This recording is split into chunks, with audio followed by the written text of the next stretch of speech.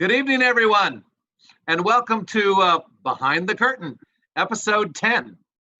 This one is pretty exciting for me because you get to meet in person four individuals that are so extraordinary to our theater.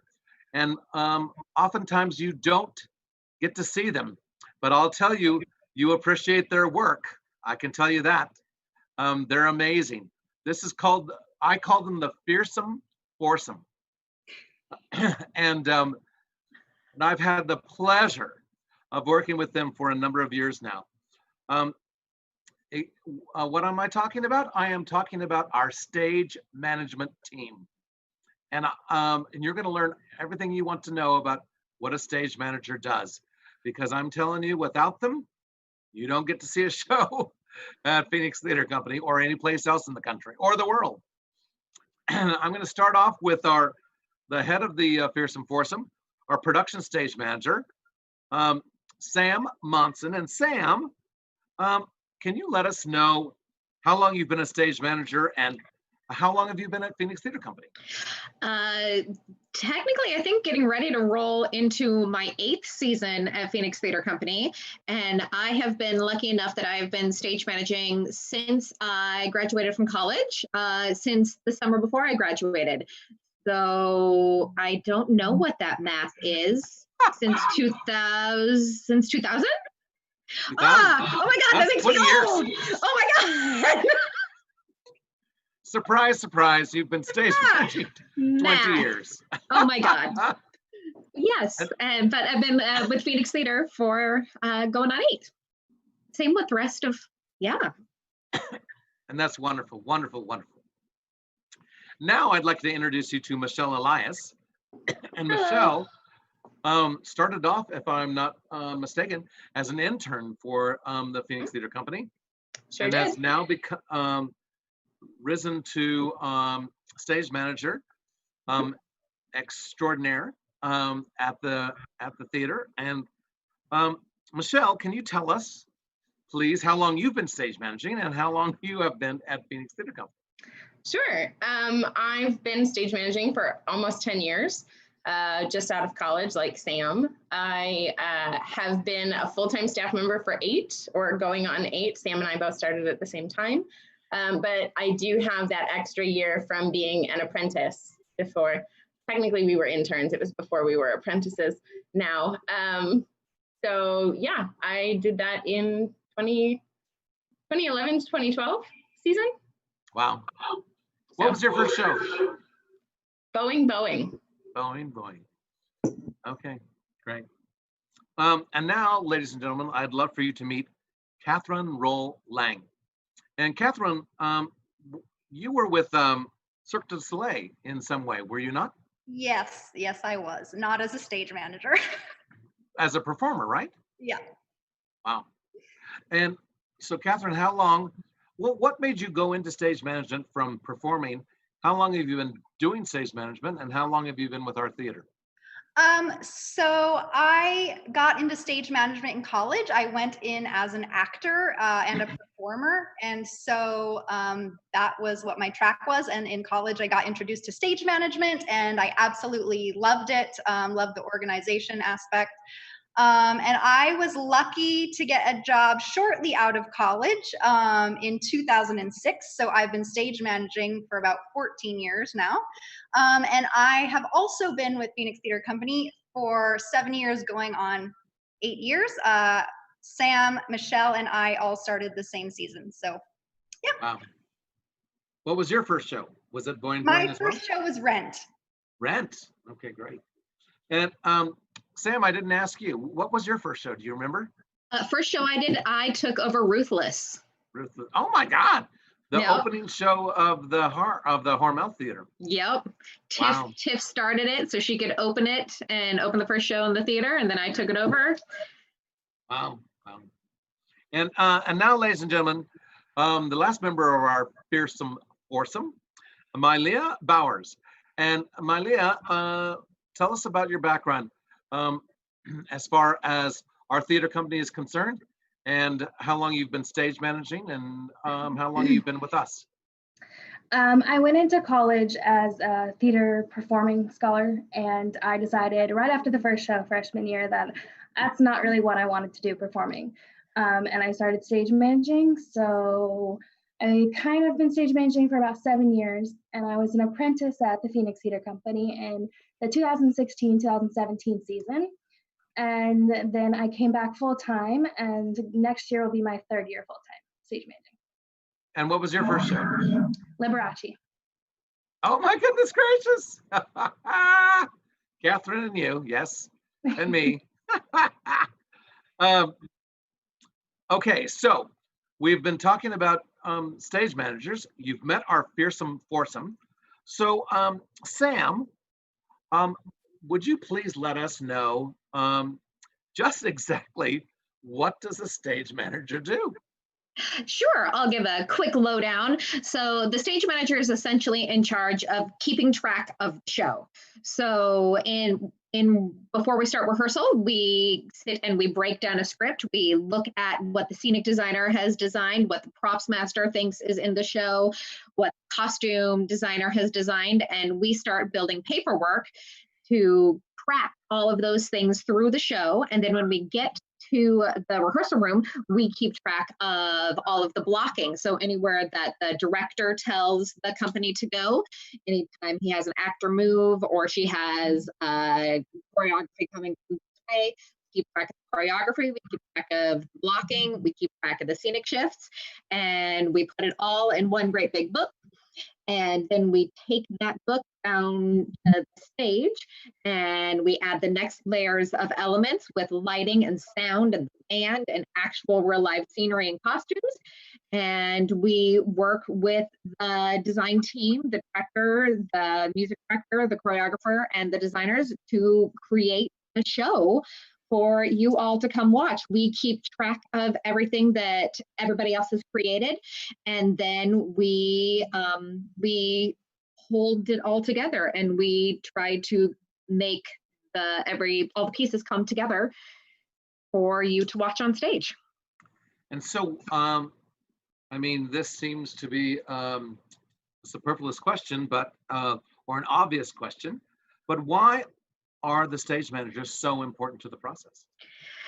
We are the eyes and ears of the show. So anytime that you see a scenery piece move or lights change, we are the ones that are cueing it. So we'll see a little bit later in the show some calling scripts, and we'll talk about calling a show.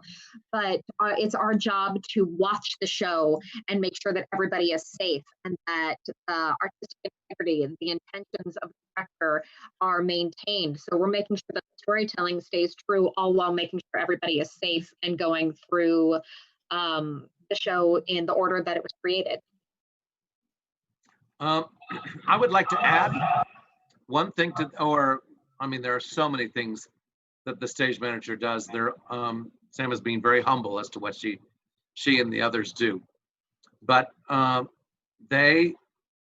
one significant thing that is so important to the artistic director of a theater company, as well as the individual directors of each show, and that is that they know how to manage the directors and the choreographers and the artists that are on stage, and facilitate the ability for us to be as efficient as possible with the hours that we have been given to produce the show. And not only that, but they keep a keen eye on the progress of the show during the course of each and every rehearsal, so that by the end of the rehearsal, when we all sit down exhausted from working on the show and say, oh my gosh, all right, what are we going to do tomorrow? Typically, the stage manager turns around and has a list and says, here's what I think you should do, and keeps us organized in that fashion. It's a remarkable asset. And we have an amazing team that keeps us together. It's very true. It's very, very true.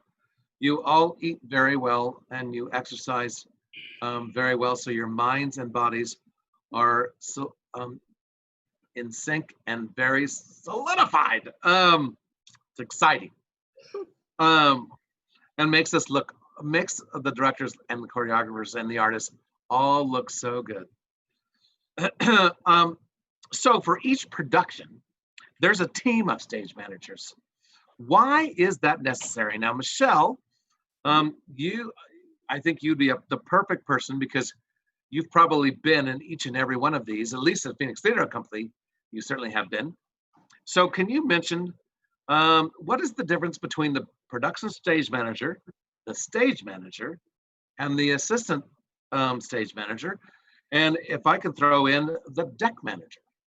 Sure, yeah. Throughout the process, there's a number of tasks that need to be accomplished. And so that's the easiest way to break them down. And it varies on a team by team basis. Some people like certain tasks, and so they gravitate towards them. And then they have assistants who take care of the other tasks, or assistants who like specific tasks and request them. And so as the production stage manager, you're kind of the head of the team. And there's a difference between a production stage manager for a company like the Phoenix Theater Company, like Sam is. Sam takes care of a couple of the more clerical tasks of creating calendars for the entire season instead of just one show. So Sam kind of is the top of that triangle for that. But then when you get to a specific show, then you get a stage manager who is the head of the pyramid. They're the central hub of communication. And act as the go-between between all of the departments. The ASM tends to, or the deck manager in some cases, because ASM applies to every other member of the team beyond the stage manager. A first ASM is a deck manager. So they're kind of the person who's in charge of the entirety of backstage. Sometimes focusing on one side of the stage and then the other stage manager focuses on the other. Sometimes as an overarching set of eyes and ears and point person on the stage level. Whereas the stage manager tends to be in a booth and so is more focused on the intangibles, the lights and the sounds and coordinating all of the efforts of the people on the deck, whereas the deck manager is kind of in the trenches, so to speak. They're down and dirty, they're helping move the things. They're the ones that are able to say, oh, this piece of scenery, this wheel is broken, this is not working. Communicating that and taking care of that. And then you get like interns, and we very much treat our interns as functioning members of the team, not just a glorified coffee getter. So they're active from the beginning. They get to go with the show from beginning to end like any of us would do, and really be a part of the process so that it's a learning experience for them as well. So there's all different members of the team, and they're all very important to making a show function properly. And just for the clarification of the audience, so when we refer to the deck manager or the deck itself, we are referring to the stage and the backstage in that respect. So the deck manager actually is in charge of the function of what is happening backstage and is reporting to the stage manager who's in the booth, who is in control of all aspects of the theater that evening, that particular production. Yeah. Katherine and Maylea, I know that there are a variety of tools that the team uses frequently during the process, and I'd love, Katherine, if you could let us know what some of those tools are and why are they so important to your job. Absolutely. So some of the more like physical things that you would think of as tools we use are a tape measure, a scale ruler, a ground plan. Those are things that we use to tape out the rehearsal floor in the rehearsal hall. What is a ground plan? A ground plan, a little bit later, we'll see an image of one, but it is a bird's eye view rendering of the set, essentially. Ours generally come with just the things that are always there, not necessarily the moving pieces, but it is a bird's eye view of what is always going to be on stage. So we use our scale rule to measure that out, and then we tape those measurements onto the rehearsal room floor. for the actors to then do learn their block choreography, etc. Some other tools that we use that are not necessarily tools, but we consider them tools, are scripts. We use that so much. We dissect it before rehearsal even starts. We use scenic and prop breakdowns. Our show paperwork, which we create, which we then use as a tool once the show is open. And a variety of tape, which includes gaff, glow, and spike tape. And Kristen, if you will bring up that spike tape photo, I'll explain a little bit about this. So this colorful tape here is what we call spike tape. We use it in the rehearsal hall as well as on the actual stage to tape out where the actors or crew members will be using a specific piece of furniture or a specific scenic unit. We usually go by color. So purple will be one item. The yellow that you see is a different item. The blue that you see is yet another item. And the orange is yet another item. This particular photo is from Wizard of Oz. And we had so many different pieces that were near each other in different scenes that we had to create with that. It looks like white, but it's glow tape there. We had to create little, what we would call constellations, so that actors would be able to see the difference in where they were moving the items to. And those are really important because once the lighting is set, if a scenic unit or a piece of furniture isn't exactly where it is supposed to be in accordance with the lights, the actor that is around that item may not be lit.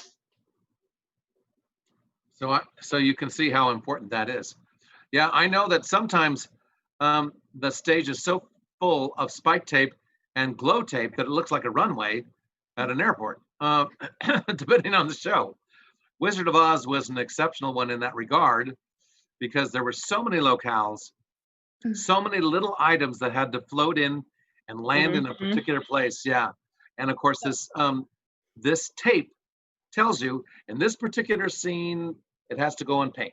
This particular scene, this item has to go onto blue or what have you. So, and then now, Maylea, tell us a little bit about the paperwork. So as you can see, there's lots of furniture pieces depending on shows. There's props, and we work backstage off of a track that explains what moves where, when, and all that, and same with actors. So during the rehearsal process, we're collecting all of this information on where a set piece moves, where a prop moves, and we have prop tracking, but then we also have props preset. If Kristen, you want to pull up that photo of the preset checklist. So this is from ELF, and this is a list of every single item that was on that stage, whether it was the cocoa cart right there in that photo, the narwhal. This is a photo of where we had extra office stuff in the anteroom because we didn't have enough room backstage to store all of the items. This is the paint shop right here, storing a lot of the New York City trees and stuff like that. So every single time we come into a show, we sweep and mop, get everything ready, but then this is one of the most important pieces, and that's checking every single shelf, prop, furniture, to make sure that when we start the show, every item that is supposed to be there is there. And that way, say an actor takes a prop with them to the dressing room, we know where to get that, and that becomes in our prop tracking when we're in tech and in rehearsal. We see where that prop is moving throughout the rehearsal and the show, so we know where to get it at the end of the night to be ready for the next show. That is just mind-boggling. And Katherine, shift photos? Yeah, Kristen, if you'll bring up those Oz shift photos. So another thing that we do during rehearsal is once we kind of know what the set is going to be and what the furniture pieces are, our lovely scenic department prints us out a piece of paper with all of the little furniture pieces and set pieces that we can then cut out. And as you see in this photo, so that's the ground plan, and all the colored items there are different set pieces that we've then cut out. And we go through the show and we move these little cut out pieces of the set to see the flow of how each shift is going to work, and if a certain piece of furniture or a certain scenic piece can fit through a certain wing, and kind of pre-troubleshooting what could be some of our issues before we get onto the stage with the real items so that we don't hold up tech. Here's a second one with a different set of scenic pieces on the stage. And then off to the sides, you can see we even plan out where we're going to store each piece. It is very specific and precise. We have very limited space, and so if one thing is out of its spot, the whole, what we call furniture stack, is going to not fit in its allocated location. So yeah, this is these are just 2 photos, and again, we go through every single shift like this and make sure we can assign which furniture piece or which scenic unit is coming through which specific wing. Ladies and gentlemen, I just want you to know that depending on the show, there are shows that have 30, 40, 50 scenic shifts within them. And there has got to be a photograph and a photographic memory as well, because you can't just always associate and look at a photo posted on a wall during the course of the show. You have to kind of know where that piece is going. So it's absolutely. And again, we, like I said earlier, we use a lot of tape. We do label where everything goes so that when our run crew comes in, who is not with us through the whole rehearsal process, they also will have an idea of where something needs to go with just the little tape label that we put out on the floor. Mm-hmm. Yeah, it's pretty phenomenal to witness. We really should sell tickets to backstage some point. If we could, we would, but you just be in the way. It's a show itself, I'll tell you. Tell us a little bit about the paperwork. Sure. Kristen, if you could bring up the Chicago paperwork. Okay, so this is a sample of what our what we call our run sheet is. It is essentially an instruction manual of everything that happens backstage. So if you can see here, we've got 3 columns. This specific show, Chicago, had a revolve up center, and so, which is why we have the 3 columns in this specific paperwork. But on the left side of the paperwork is everything that happens on stage left only. Everything in the center column is everything happening on the revolve. And on the right side of the paperwork is everything that happens on the stage right side of the stage. So that is how we like to divide up our paperwork. On the very, very far left, you can see that there are numbers. We group shifts into sections of the things that are happening at the same time, and we give them a number so that the stage manager doesn't have to say stand by for the curtain and the revolve, and they don't have to list out everything that's going to happen. They can just say stand by deck 46. And we look at our paperwork and we can see, okay, these are all the things happening at this same time. The things in red are the actor entrances and exits. So we have all of that information in there as well, because if we need to relay a certain piece of information to a specific actor, we know exactly where they're going to be at what time and who is available at that time to give that information to that person. So that is sort of a generic breakdown of our paperwork.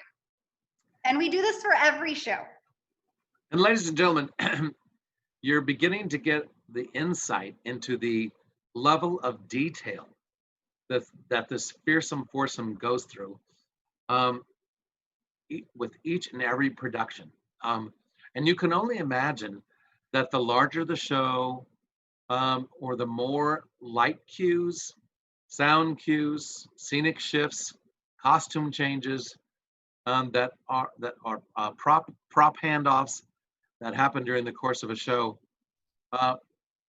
It is all organized by these 4 incredible fearsome foursome. It's amazing. And just to, sorry, Michael, just to give everybody an idea, this page of paperwork covers about 2 shifts that happen in the whole show. And I think you can see in the top corner, it says page 11 of 46. So that gives you an idea of, of the length and the number of shifts in our paperwork. And the level of detail. And the level of detail. And this is the paperwork. Sorry, this is also the paperwork that we give our deck crew that comes in at tech, because they're not with us the 2 weeks of rehearsal. So when our crew comes for first day of tech, this is the paperwork they get. They don't know the show. They have to go off of this and know what their next shift is coming. So it's important for them as well. Yes. And later on, you're going to find out. So this is the paperwork that is happening for the organization of Backstage. Later on, you're going to find out just exactly what is happening in the stage manager's booth that is watching the actual show itself. Not only is this individual calling light cues, calling sound cues, calling costume changes, calling actors' entrances and exits, calling scene shifts, but they're also taking notes on the performances themselves of the artists to give them notes to say, I'm sorry, you dropped this line, or you know what, you were directed to go this way with the show, et cetera, et cetera. I mean, praise to Allah for all 4 of you.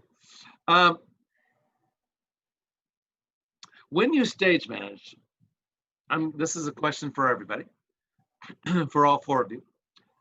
So when you stage manage, are all the shows the same process? Or do they each have their own unique challenges and requirements? Sam, can you tell us the difference between what happens when you're stage managing a play versus stage managing a musical, as an example? Sure. It tends to be the musicals tend to have bigger scenery and bigger scene shifts as you go through a show, and they tend to have more bodies involved, more humans. You tend to have on our bigger scale musicals, you tend to have between 20 and 30 people on stage, as well as scenic items. And so you've got a full chorus that's dancing, and you've got your leads doing all of their work out front, as well as then you've got the crew backstage manipulating the show. And then you've got a play that more often than not are smaller in scale cast-wise, usually, not necessarily scope of shifts. We've had some pretty intense plays. What's the name of the one that I'm thinking of with that you pedaled the bike, the Hitchcock play? 39 Steps. Like, that was an intense play. Michelle never stopped talking while calling that show, and the actors barely got a chance to breathe. They were running frantically on that. So it really depends on the style of show.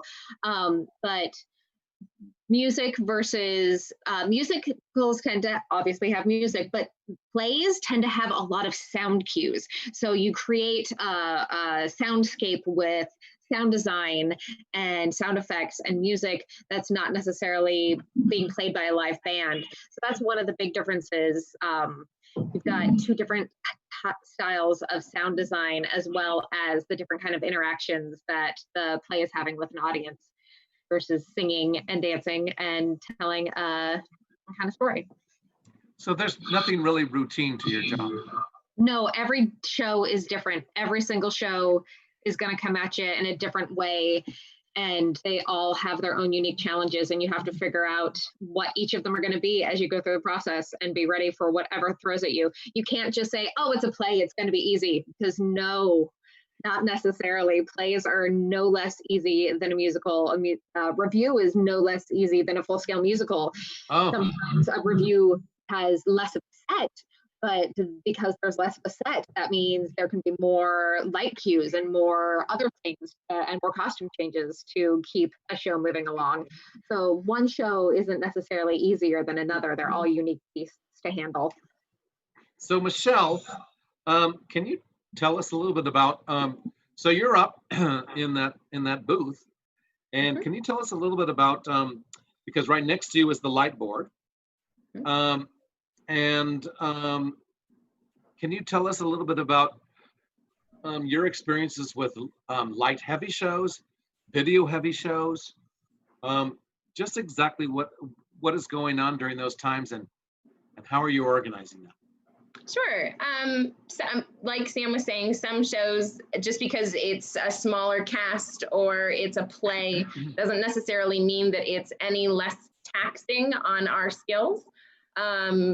Music reviews tend to be very, very light heavy, because that's one of the few things that can change moment to moment. And to help tell the story, something like Curious Incident was very video heavy. That became, the video was another character essentially in the play, between interactions with the video, or to help expand and to create the world that the play is happening in.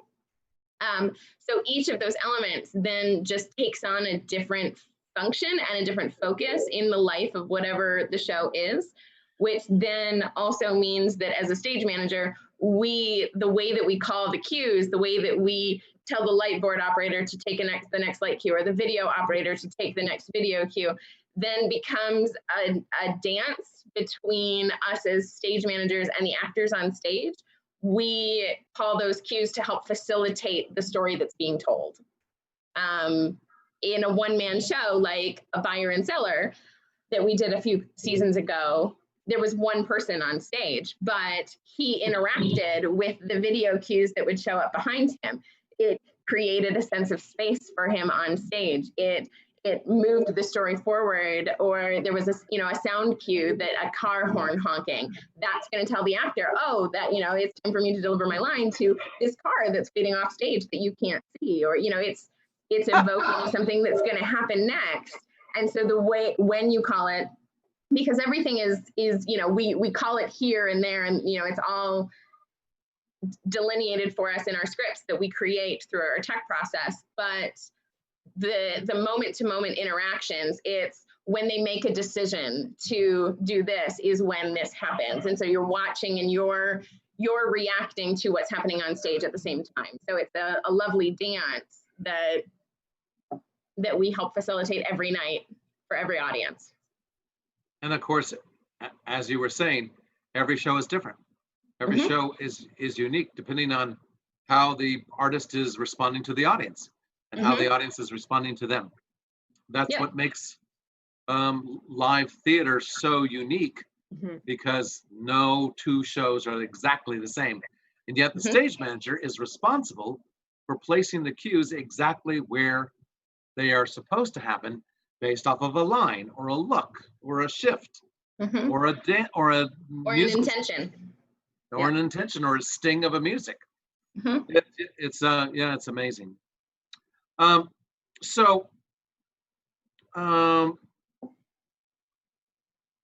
Katherine, did we talk about? We did not. The mishaps? No, we have not yet. So Katherine, I would love to know some stories, interesting stories, moments of mishaps, like turntables or set pieces that didn't kind of respond the way they were supposed to. Can you give us a few examples of what you are dealing with backstage when something goes awry? Sure. So the one that comes to mind happened somewhat recently during our production of Americano. In Americano, there was a turntable up center, and this was during a performance, so we're past the point of rehearsal at this point. And on one of the revolves of the turntable, the tire popped. And so that made the turntable not function as it's supposed to. At that point, so the audience understands, what was the tire doing? So the tire was, as the tire rolled, the friction pushed the side of the turntable to make it revolve around in a circle, revealing each side of this turntable had something different on it, scenic wise. So on one side was a kitchen, the Valdovinos kitchen. On another side was what we used as like the construction site. So it was a three different sides, and each side had something different, and each side was integral to telling the story. And actors also had to enter, on the Revolve as it was rotated, and that's how they made their entrance. So once this tire popped, the Revolve would not revolve. And so at that point, we gathered the available crew. And I think we had maybe like 20. 3 or 4 revolves left in the show. Yeah, we still had like 15, 20 minutes left of the show. Yeah, and we just ended up manually, the 4 crew people lined up against the revolve, and we manually pushed it around with actors riding, with the set pieces riding. Mind you, this is not the only thing we have to do. We are also changing the scenery that's on it. We are assisting with costume changes. So we would, after rotating it manually, we'd run to our appropriate sides or see if anybody else from our side was available to do our part of the track. And it was a very intense moment, but it was, you get that adrenaline pumping, and it makes your life for that night. And then you just like applaud yourself, like, we made it through. Yep. And the audience didn't know anything was wrong. Yep. No, they didn't. They didn't. I mean, I was in the audience that night personally, and having directed the show, and I could see suddenly something scrambling, and people popping up out of the back of the house, some of our technicians, and they were shot out, and I went, "Oy, Gaval, what is happening?" And of course, quickly I learned, but because of the stage management team, once again, everything was taken care of without the audience ever knowing. Maylea, tell us, not only, Maylea, and the rest of the stage management team, are you handling, good heavens, everything that happens pre-production and during the rehearsals and during the performances, but once the show opens, you're still working on the show. You have understudy rehearsals, you have put-ins, you are working with crews backstage. Can you tell the audience, please, our blessed audience, a little bit about what an understudy rehearsal is and what a quote-unquote put-in is? Sure. So for an understudy rehearsal, we'll take a day before a show, usually like 12 to 5 or something like that, and we'll bring in the understudy or understudies, and we will have our scripts out in front of us, and it'll be the stage management apprentice, the ASM, and the stage manager. And basically the first thing that actor or character or whatever the scene they're in at the top of the show, you'll run from the very top of the show all the way to the end, every single thing that they're in. At the same time, the stage manager or the ASM is doing the lines around them so that they can give their lines as well. And then also moving scenery so that they know where this piece of furniture is going to be when you're in this scene or whatever. But also teaching them scene shifts if they're in scene shifts. So it's 5 hours of them learning the show with just the stage managers. And that's also why it's so important during rehearsal for us to take all of the blocking and to know where this actor is moving at all times. So if we do have to put them in, they are prepared on notice, with no time at all to go on. And then a put-in is, say you have this understudy is going in tonight, and we have a couple hours. So a couple hours before the show, we will bring the rest of the cast in, and we will put that actor in throughout the show with the rest of the cast so that they're ready to go on that night. I see. Thank you. Thank you so much. Yeah. And the same thing happens, Maylea, if I'm not wrong, with crew, right? There are times when crew has to be replaced. Yeah, every show has a different number of crew, and every show has different crew members than the previous show. And just like everybody, people have conflicts, and a lot of our crew members this is not their job. They have a full-time job, and they come to the theater at night to be a crew member. So there are times where I'm sick, I can't make it in, I got in a car accident, or just there's all kinds of things that life throws you. And thank God our company manager, Alex Kaszewski, is an amazing stage manager, and she's on call a lot. But other people as well, there's been multiple shows where we'll pull somebody. Katherine went out sick one weekend for Americano, and I was on Million Dollar Quartet, and Million Dollar Quartet was the musical review and didn't really have a whole lot going on backstage. So I left that show and ran Americano at half hour. And so you have to be ready. And that's why the paperwork is also so important, because you don't know the show. You're coming on and you have to do everything that's on that paperwork. So that's the same with crew and stage managers. You have to fill in whenever. It's amazing, amazing. Sam and Michelle, can you tell us a little bit about some quirky put-ins or Sure. situations that took place, like with Curious Incident or Pippin or what have you? Yeah, Kinky Boots this season, actually, we had a wonderful gentleman, Kurt, was our swing for that show. And he was understudying all of the angels as well as Lola. And we had an angel have an unfortunate concussion on a day away, and they were unable to perform the show because concussions are bad, and they were in these massive wigs and costumes, and everything was constricting and not a good scenario to be performing in when you have a head injury. So our swing, Kurt, had done his rehearsal the few days previous and had nailed it. He knew everybody's tracks and he was on his game. He had done all of his homework during rehearsal.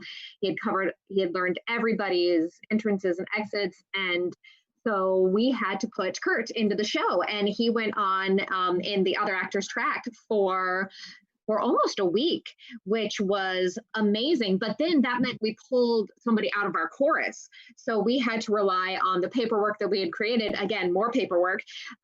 We had something that's known as the if-then plot. And so every scenario was tracked through. If Kurt had to go on for this angel, who would do these things? Kurt had to go on for Lola, how would this shake out? And so we had to figure out who was tracked through, who would cover his scene shifts, who would say his lines, who would help transfer his props. If he handed off a prop to this person, somebody else needed to do that because it was integral to the scene. And so it's always a team effort, collaborative effort to get an understudy or a swing on stage and in a safe and successful way. Everybody works together to make sure that the show comes alive in the way that we want it to every night. And everybody has to do their homework. Michelle? And sometimes they don't get a chance to do their homework because you don't necessarily have an understudy planned. For Curious Incident, we had an understudy for our main character, Christopher. But we didn't have an understudy for really anybody else in the show. And of course, that's what happened. So one of the actors who was originally cast in the show was having a health issue and he needed to withdraw from the show. So we last minute, I think within 48 hours, we had a new actor to take his place. We taught that actor everything that he needed to know with the show. We got him all prepped and ready to do the things. And then Curious Incident, as you may recall, had a number of lifts, and Christopher got lifted into the air a couple of different ways and different times. And doing one of those lifts, in practicing one of those lifts before we did a run through of the show, just in rehearsal, that replacement then ripped a muscle in his arm. So he was unable to lift anymore or do any of the more physical aspects of the show, but he knew all of the lines. So we kept him in the show, and for opening week, because that actor did have to have surgery on his arm, our choreographer stepped in and filled the role of one of a human moving things in space and or lifting humans in space, which was great because he already obviously knew all of the lifts and how to do the things safely because he helped us create those looks. And then, so he was able to only do it for a weekend. So we had a stopgap, and then we replaced that person with another lovely actor in the community, so that our choreographer could then leave the show. And then, of course, because, you know, this story is just not complete, we had another actress. We had a slightly extended period of time off from the show in the middle of the run. An actress had you know, had an unfortunate, like one of those moments where, you know, you trip over nothing, or you turn just the wrong way and your body says no. She had an unfortunate accident and was unable to continue the show because she couldn't put weight on her foot. And stages in the Hormel are raised, they're elevated off of the ground level, which means that backstage there are stairs to get up to stage level. And she was unable to put weight on her foot, so she was unable to get to the stage because of this injury. And do a number of the other things that she was required to do during the course of the show. So we then had to replace her with another human.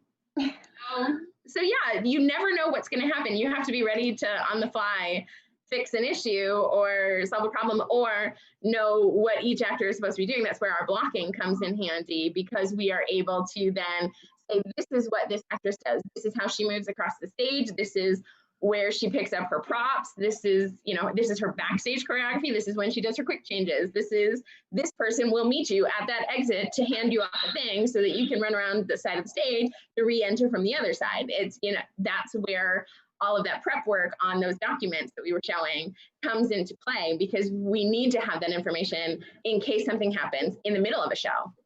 We've had that happen too. An actress sprains an ankle in the middle of a show and suddenly they can't do 4 tasks that are ahead of them before we get to intermission. So unbelievable. Unbelievable. So Michelle, can you talk to us a little bit about the few differences between working with new work Sure. versus an established show? I love new works. They're actually one of my favorites. So I'm glad to. Same here. Same here. New works are really exciting because it's the future of theater. And it's all theater is collaborative, or the best kinds of theater are very collaborative. There's a lot of ideas being thrown around in a room and humans coming together to create a beautiful piece of art. And new work is even more intriguing and more exciting because you're there from day one, or not necessarily day one, but you get to watch something change from beginning to end. And what we start with is routinely not what ends up on stage. There's numerous drafts, so you're constantly recording a new script. It's just another task that we deal with. But ensuring that the language is coming across and then being distributed to everybody who needs it. Everybody in the room, everybody who's not in the room needs the new updates of a script, but it's fantastic to watch something grow and evolve and change. There's a number of new play festivals throughout the country. Phoenix Theater has a fantastic one. But there's companies that devote their entire existence to new plays because it sets the groundwork for what we then see on our stages for years. I mean, we're still seeing shows that were written in the 50s and 60s from the golden age of musicals. They're still present and they're still being done, and for a reason. But the new classics come out, and so new works are what creates the new classics. And you can't have new classics without new works and being able to take risks and try something new. So I full disclosure, I also interned at the Eugene O'Neill in Connecticut, which is one of the biggest new play hubs in the country. They're known for a number of works. Avenue Q went through there, In the Heights went through there, August Wilson went through there. So many amazing artists in our country have had work at the O'Neill, and that's where it started. And so it very much instilled a love of new work in me. So, but actually, I think that what we have next to show everybody is a piece that Sam worked on specifically, called Sisters-in-Law, which Sam, you can talk about that. Absolutely. Sisters-in-Law was a two-person show that we did last season, I believe, and it was constantly undergoing changes as we went through the rehearsal process. And our playwright actually was not with us the entire time.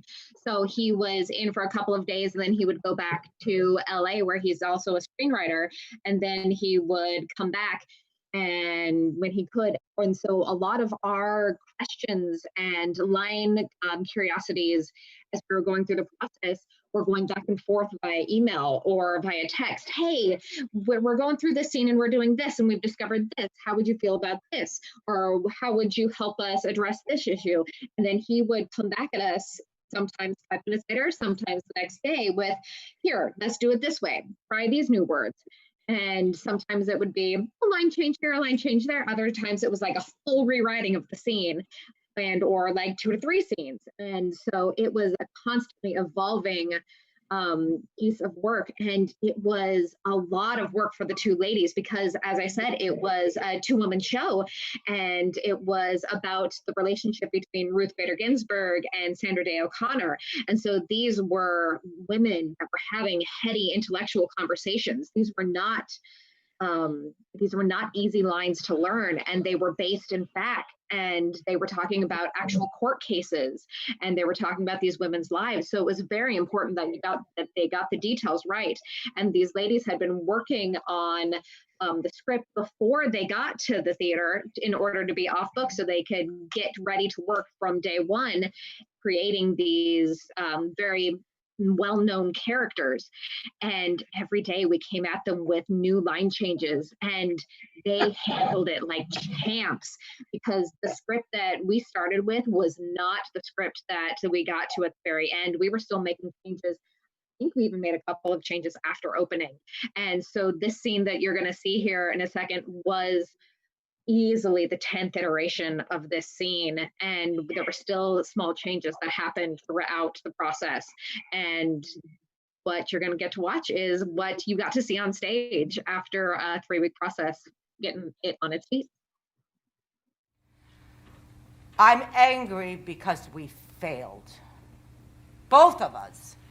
We must have. Look at the state of women's rights. Look how women are still being discriminated against. That's not my fault.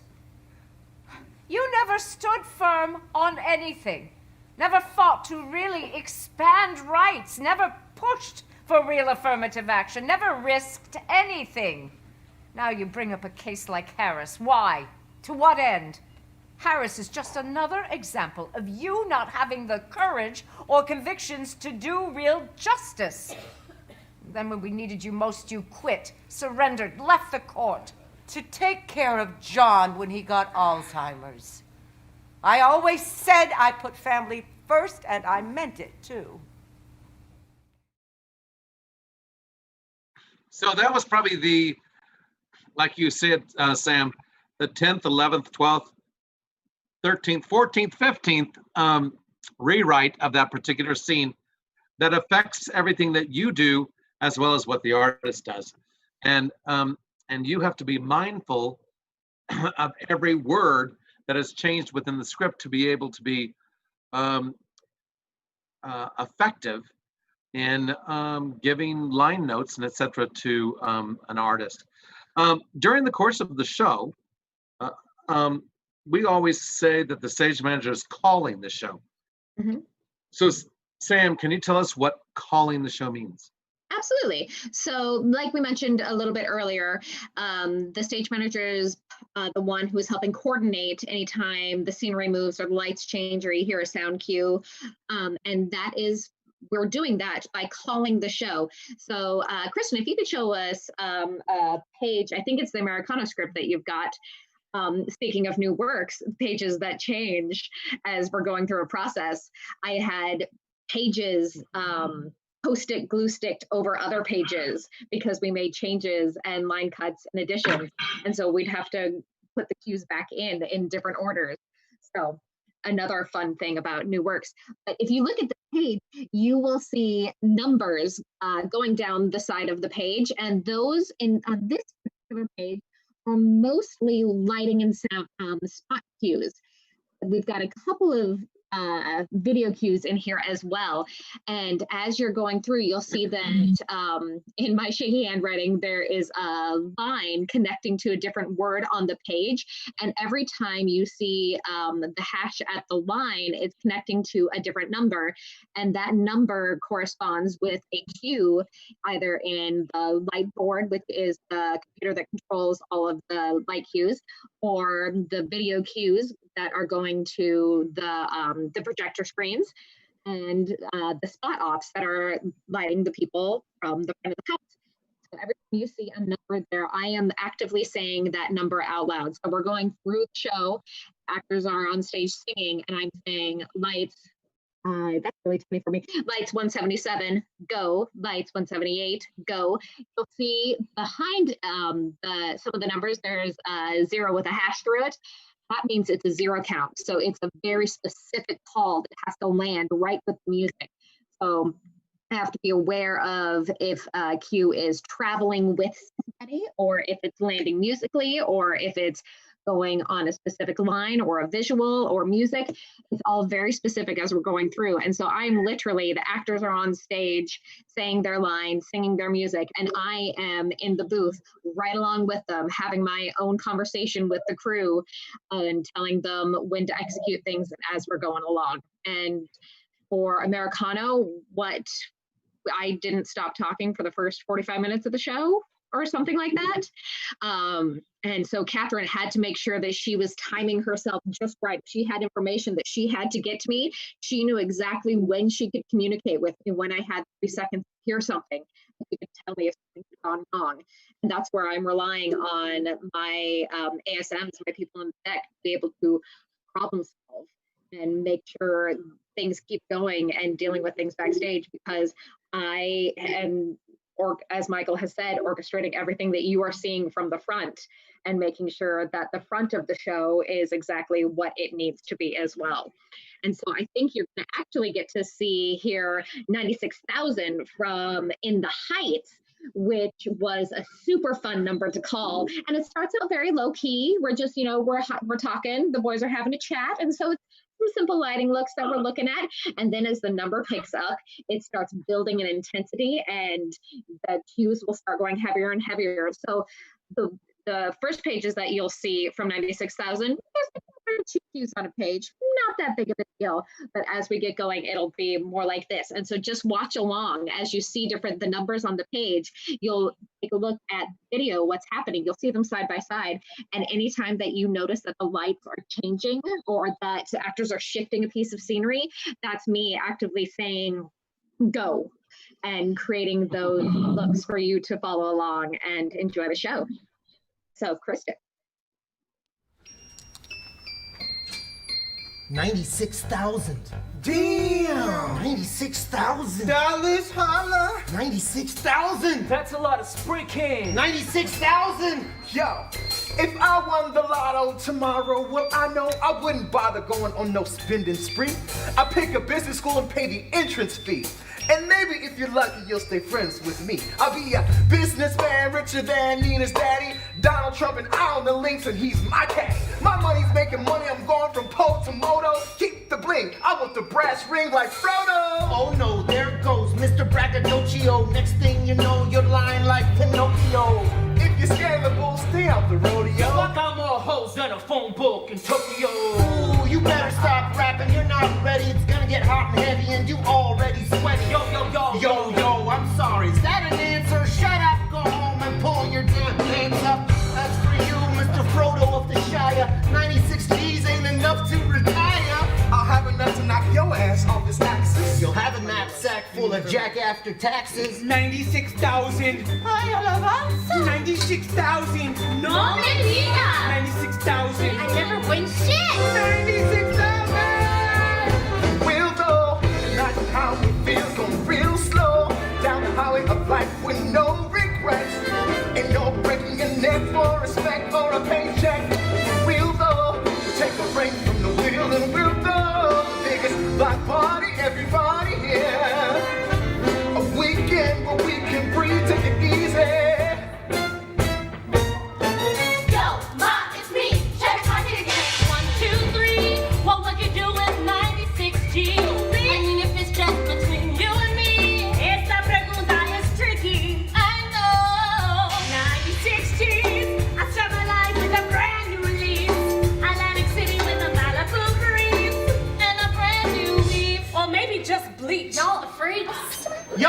I'm just saying. It's silly when we get into these crazy hypotheticals. You really want some bread, then go ahead, create a set of goals. Cross them off the list as you pursue them. And with those 96, I know precisely what I'm doing. What you doing? What am I doing? What am I doing? It takes most of that cash just to save my ass from financial ruin. So I need to keep the coffee brewing. I'll spend a few on you. Cause the only room with a view is a room with you in it. I'm not gonna give I wanna call it. The rest of it, just fly me down to Puerto Plata. I'll make the best of it. You really love this business? Tough, Merry Christmas. You know they think it's tycoon in Washington, his nets. Yo, with 96,000, I'll finally fix housing. Give the barrio computers and wireless web browsing. The kids are living without a good education. Change the station, teach them about gentrification. The rent is escalating, the rich are penetrating. We pay our corporations when we should be demonstrating. What about immigration? Politicians be hating. Racism in this nation's gone from latent to blatant. I'll catch my ticket and pick it, invest in protest. Never lose my focus till the city takes notice. And you know this, man. I never sleep because the ghetto has a million promises for me to keep. You are so cute. I was just thinking off the top of my head.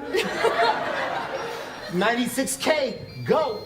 If I win the lottery, you'll never see me again. Damn, we only joking. Stay broke then. I'll be downtown. I'll get a nice studio. I'll get out of the barrio. Real low, that's how it's going real slow. Down the highway of life with no regrets. And no breaking the neck for respect or a paycheck. But real low,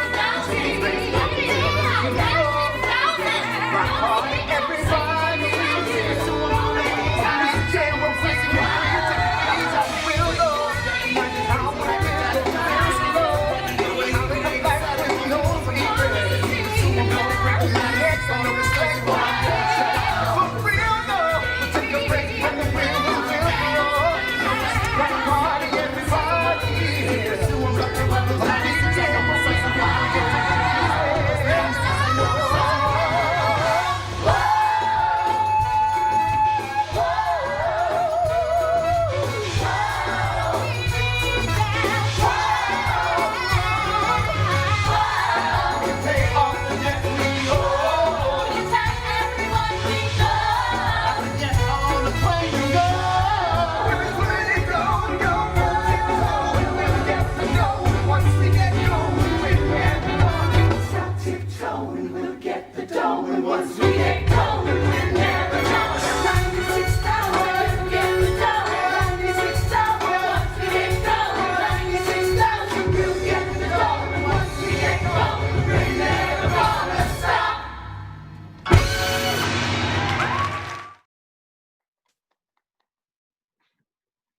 That was tremendous calling.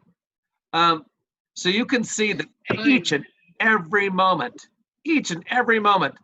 of that number where you saw lights changing in any direction, that was because of the stage manager calling that show so perfectly to be in sync with everything else.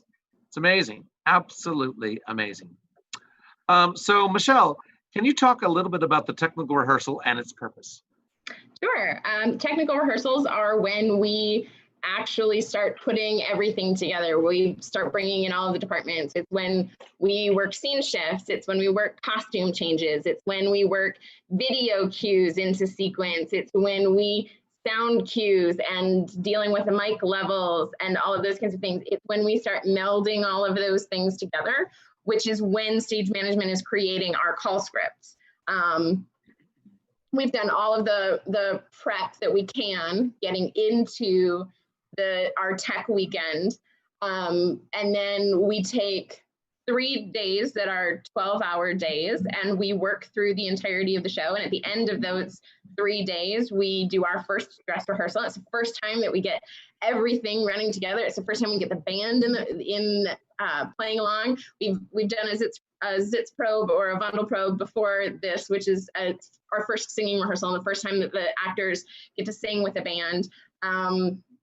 But it's the first dress is the first time the band plays through the entire show, and we try and do it without stopping. And So it's always a little bit of a mishmash of things, and sometimes it goes right and sometimes it doesn't, and sometimes you have to stop because something's unsafe, or sometimes an actor is vamping for 30 seconds because somebody got caught in a quick change, or they couldn't change their clothes fast enough, or a zipper got jammed, or which happens during the run of a show too, but it's the first time that everything is being put together, so it's a little bit more on the rough side of things, but it's when you get to see the finished product, and it's really quite wonderful to go from seeing it in the rehearsal room and seeing everybody dancing in the space or acting in one space, and then put it on stage and see the story come to life in front of you.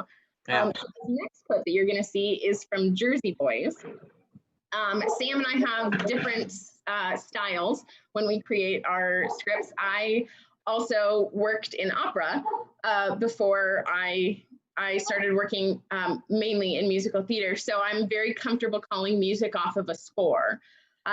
It's easier for me to delineate where exactly in time a cue is supposed to happen.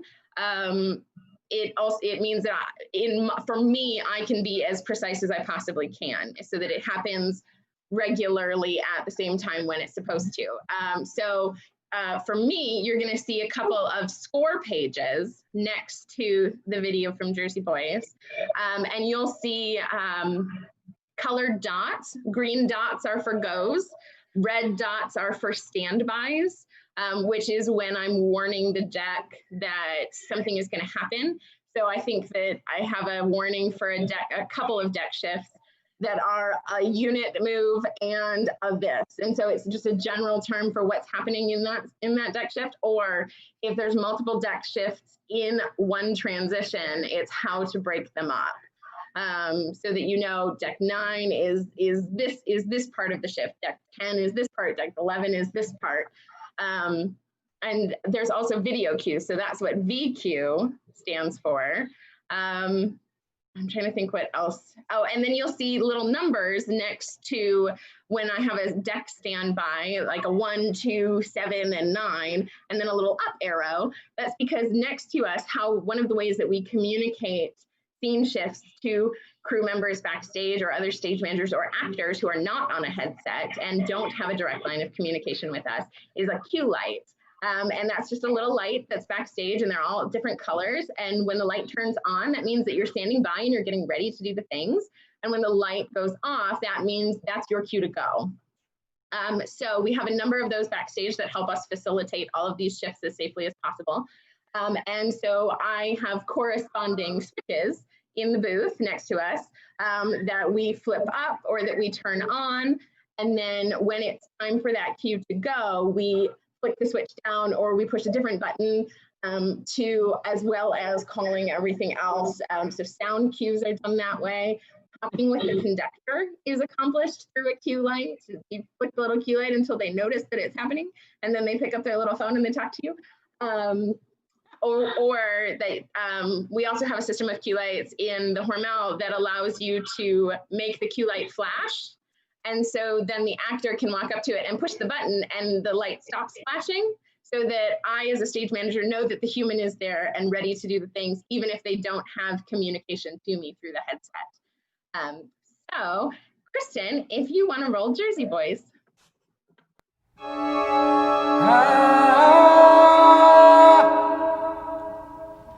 Wanna Sunday kind of love, a love to last past Saturday night. I'm glad to know it's more than love at first sight. I want a Sunday kind of love.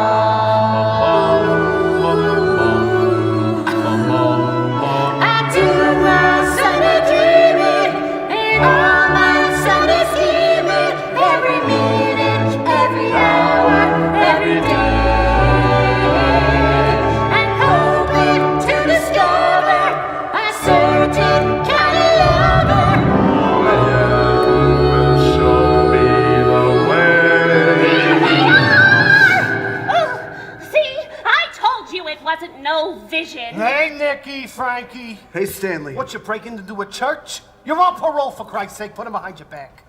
Good night, Nikki. At least now I know where your hands are gonna be. Hey, don't bend the suit, Stanley. It's imported. Hey, you take him, you gotta take me too. Aren't you supposed to be home by 11? Hey, work on that B flat, Frankie. Chest voice. And do your exercises. So, I do my stretch, and as I'm getting out, Nick is going in. That's Nick Massey, not to be confused with my brother Nick, who's still in and not going anywhere. Look, all you need to know is the Variety Trio is now a single. And you don't gotta be no Einstein to see there ain't no future for me as a single. So I make an executive decision and I put Frankie in the band. Now at least we got a duo. And he's coming along. I'm really proud of this kid. My arms need someone to enfold, to keep me warm when Mondays are cold. A love for all my life to have and to hold. I want a Sunday kind of love.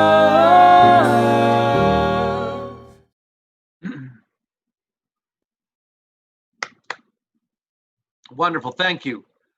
As you can see, ladies and gentlemen, every cue is marked into the music, every cue is marked into the script, and the precision of how the stage managers call the show truly impact how you experience the production that you're about to see.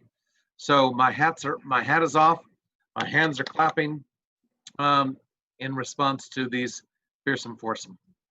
But occasionally, during the course of a show, during a performance, something goes awry and doesn't just go as well as it should.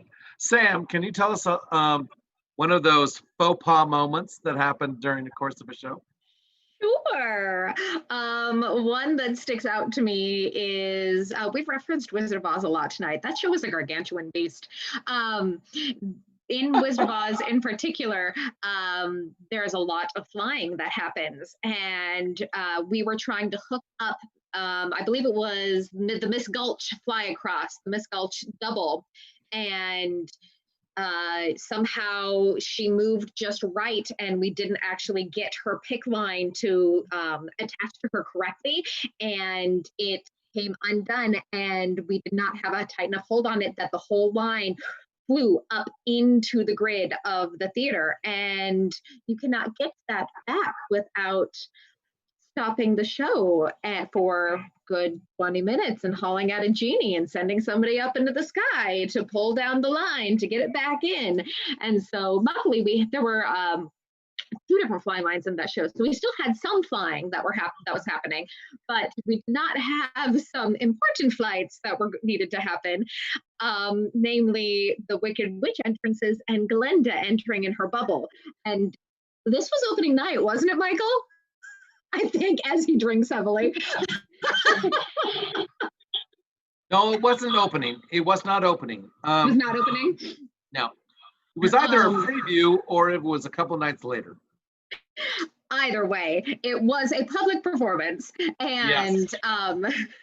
So we had this fly line go up, and I was not necessarily comfortable stopping the show 15, 20 minutes into the show. We still had a lot to achieve. It was probably about 20 minutes into the show was the tornado. Yeah.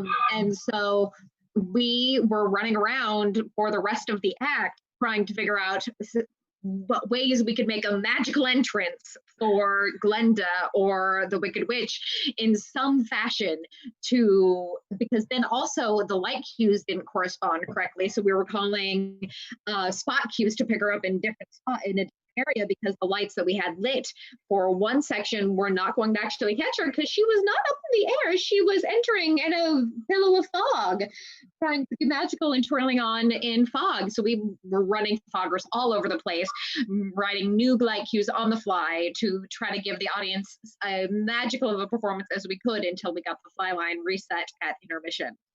So that is that was crazy times. Live theater. Yeah. Michelle, do you have one? I do. I have two that are kind of related because unlike Sam, trying to be able to fix a thing without the audience knowing. I've had a couple that I haven't been able to fix because it's been a piece of equipment malfunction or a piece of equipment dying in each of the spaces at different times and different pieces of equipment. But I have had, in Jersey Boys, we had to stop Jersey Boys because we lost control of the lights. And of course, we lost control of the lights in a scene in a transition that was dark. So you couldn't actually see the actors on stage and we didn't have control of the spotlights.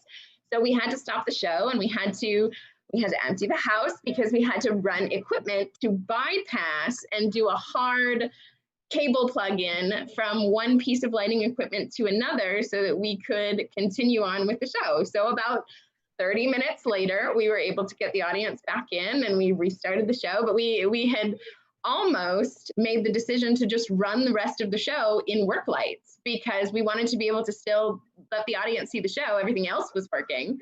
But we managed to get it right back at the last second. So that was one. And then Curious Incident, I had a whole weekend that was a similar issue, but a different piece of equipment. And we would lose control of the lights and then the whole house would pitch to darkness. And I couldn't do anything about it. We couldn't fix it. The light board wasn't cooperating with some piece of internet connectivity or something. And so we had to stop the show and restart the system. And we brought the light board over from the other space because there was no show running and trying to do all kinds of things. And then our fabulous lighting team ended up working one night overnight to replace the piece of equipment so that the next day we could keep the show going. But again, because we were dealing with equipment in the air over the audience, we had to empty the house. So technology, it's amazing and awful all at the same time. All at the same time, yep. Yep. It's your best friend and your best enemy. Mm-hmm. Katherine, you've kind of got an exciting one. I do. It's a little bit of a running joke at Phoenix Theater Company for me to appear on stage, usually in costume. For one reason or another, whether it's a set change or, hooking somebody up to a fly line or just because Robbie Harper wants it to happen. In this particular case, it was during Baskerville. I think we have a photo, but I actually played the Hound of Baskerville. Yep, there I am. Yeah, all in that unitard outfit. That's me. And I had multiple appearances throughout the show, in addition to my backstage track as an ASM. And my beautiful, lovely friend Maylea used to set out my costume and get it ready for my costume change to go out as the Hound. And one particular performance, she got distracted and forgot to set out my costume, and I had already undressed and I was running around in my skivvies backstage looking for my costume to get ready to go on as actors were making their entrances and exits at the same time. So that was very exciting and also I'll never forget it though. I'll never forget it. That was wonderful. And Maylea, I forgot to set it again. I didn't. I always remembered. Maylea, tell us about your adventure. Earlier we were talking about deck crews going out or things happening and new works. And this happened to be a new work called Cookin's a Drag. And backstage was mayhem. We had so many quick changes and so many props and edible props and food that wasn't shaving cream. Like we had everything. And our stage management apprentice, who was my other deck crew, called in sick at half hour. And so this was opening night. We were still learning the show backstage as well. And our lovely company manager, Alice Krzeski, came in and she had 10 minutes to look at her paperwork. which you look at paperwork that you don't know a show and you're kind of confused in a sense. So the whole show was me running my track, but also communicating through headset exactly what she did the entire show. Every quick change, every prop preset, every handoff, everything that happened to the very end of the show was communicated through headset while I was doing my own. Crazy. Ladies and gentlemen, I hope you can appreciate and understand a little bit now more about the role of the stage manager. They have to be organized, they have to be a psychologist, they have to be a strategist, they have to be a fast thinker, decision maker. Sometimes they're incredibly collaborative and kind. Sometimes they're very decisive and sharp. Both facets of that personality are so extraordinarily important to the success and the efficiency of the show. Many of us as artists live and breathe the passion and the drama of life experiences.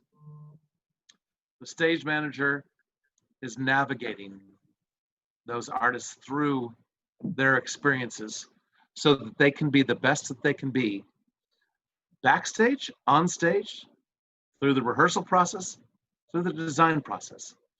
It's a dance. It's a true dance, and it is a true gift to be able to have the appreciation of understanding the artist and understanding what an artist goes through, as well as understanding the function and the detail and the efficiency of what a production desperately needs in order to be successful. These are 4 individual examples of supreme quality, supreme. They've risen to such a supreme height, and that's what has made the Phoenix Theater Company over the last 20 years what it is when you watch its products on stage. So I hope you're in your living rooms applauding these 4 individuals, because they certainly deserve it. And as the Phoenix Theater goes, we've trained a couple of these stage managers. We've also experienced and embraced them throughout the years. They have taught us.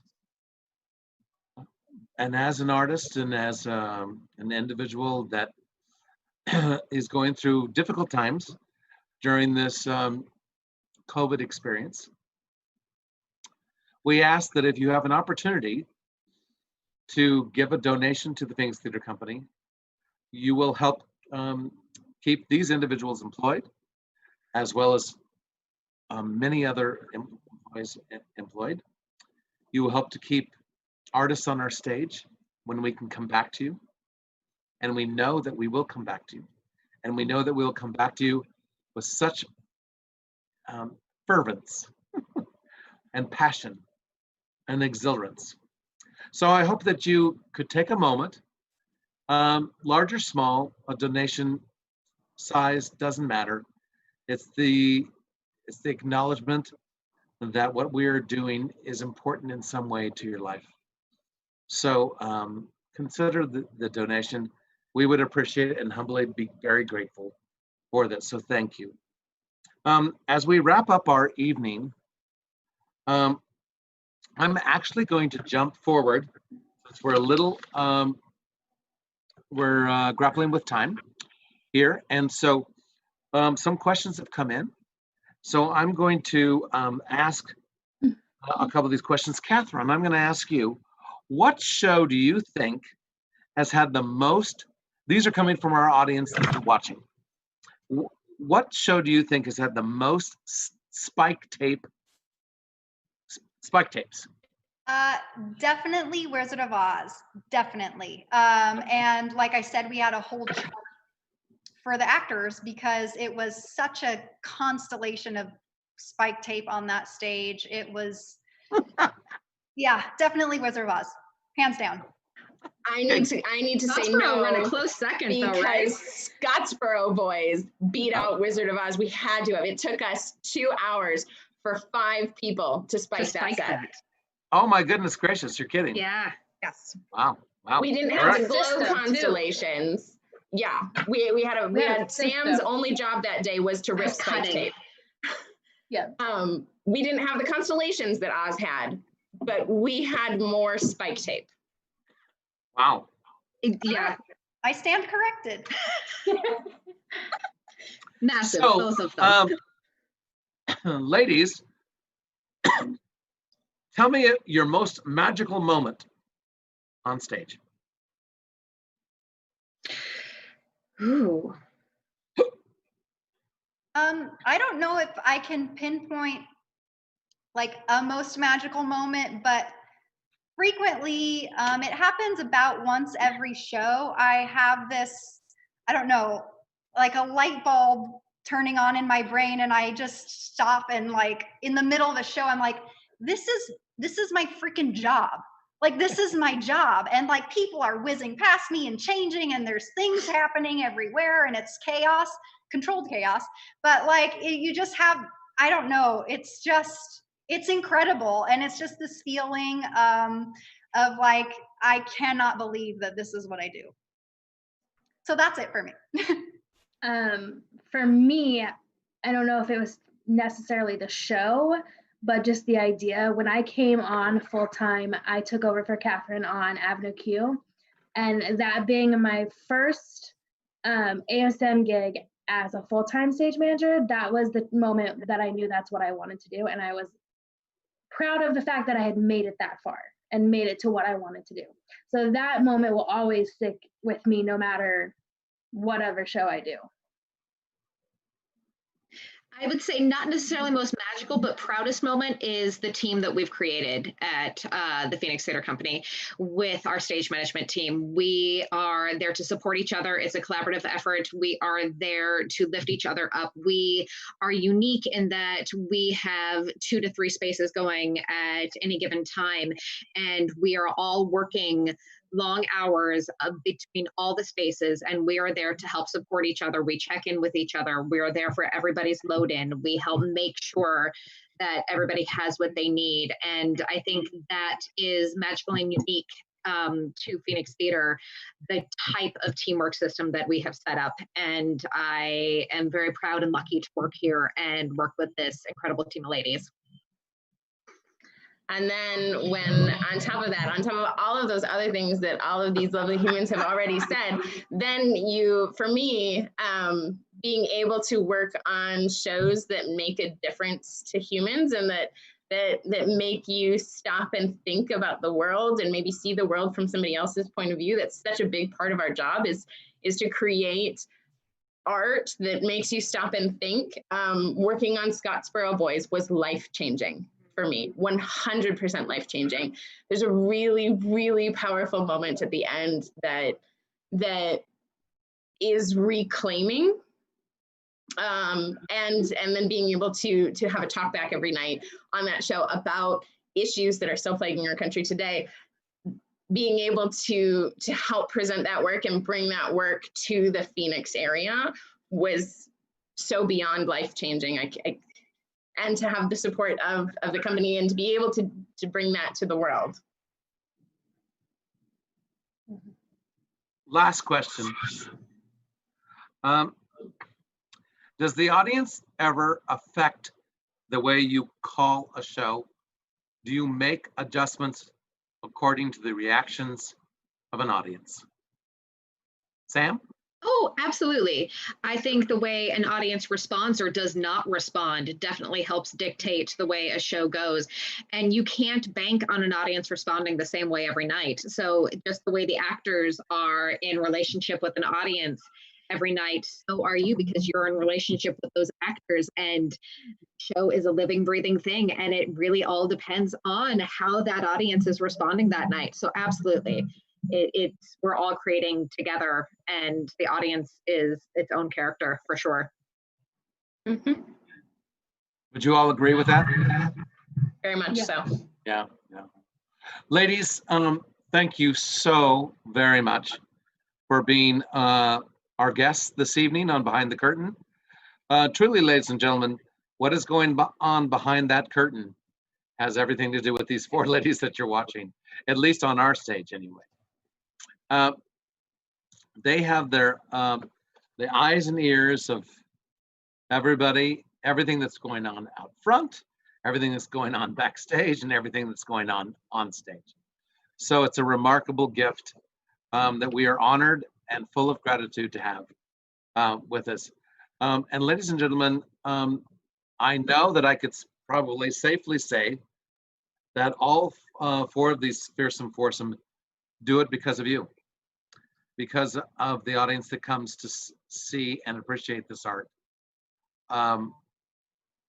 You are the heartbeat of live theater. The reason why we do it as artists is to be able to impact you as individuals and try to make a difference in some way, whether it's through laughter, whether it's through discussion and conversation, or whether it's through just sheer experience of interaction and conversation, and the ability to sort of move ideas through an atmosphere, through a sphere with each other. The energy of what happens on stage, backstage, and within the audience is all that extraordinary synchronicity that happens in live theater. And we appreciate you supporting us and being with us throughout all of these 100 years of this theater. So thank you for being with us tonight, and we will look forward to seeing you. We have an exciting concert coming up on August the 26th called Unite. All of the proceeds will go to Black Life Matters Metro Phoenix, Metro Arizona, Metro Phoenix. It's an exciting and extraordinary concert with some brilliant artists. Also on June 28th, 2 days after that, we will be doing a reading of Lunch at Audrey's, which is a new work that you'll be seeing next season. And it's in its development process. So you'll be able to witness a play in process in its evolution, much the same as we were talking about when we were talking about Sisters-in-Law. So those are our two next events. A concert called Unite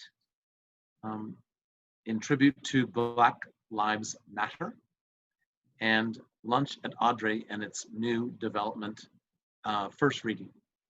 So I hope to see you then. And from our house to your house, please be safe, be healthy, until we can all be together again. Good night. Good night, everybody. Good night. Bye. Merry Christmas.